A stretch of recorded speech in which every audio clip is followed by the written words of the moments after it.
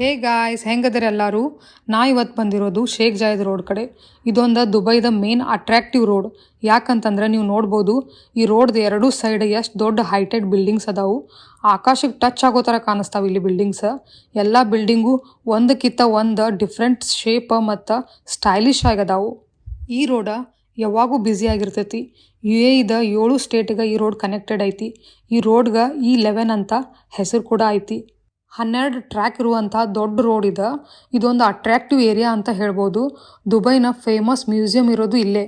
ಎಲ್ಲರಿಗೂ ಅನಿಸ್ತಿರ್ತೈತಿ ಇಷ್ಟು ದೊಡ್ಡ ದೊಡ್ಡ ಬಿಲ್ಡಿಂಗ್ಸ್ ಒಳಗೆ ಏನೇನು ಇರ್ಬೋದಪ್ಪ ಅಂತ.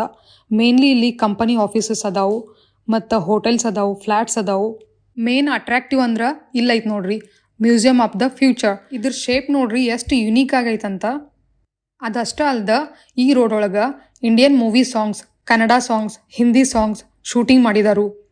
ನಾ ಯಾವಾಗೂ ಇಲ್ಲಿಂದ ಹೋಗ್ಬೇಕಾದ್ರೆ ನನಗಂತೂ ಭಾಳ ಅಂದ್ರೆ ಭಾಳ ಚಲೋ ಅನಿಸ್ತೈತಿ. ಸೈಡ್ ವ್ಯೂಸ್ ನೋಡ್ಕೊತ ಕೂತಿರ್ತೀನಿ.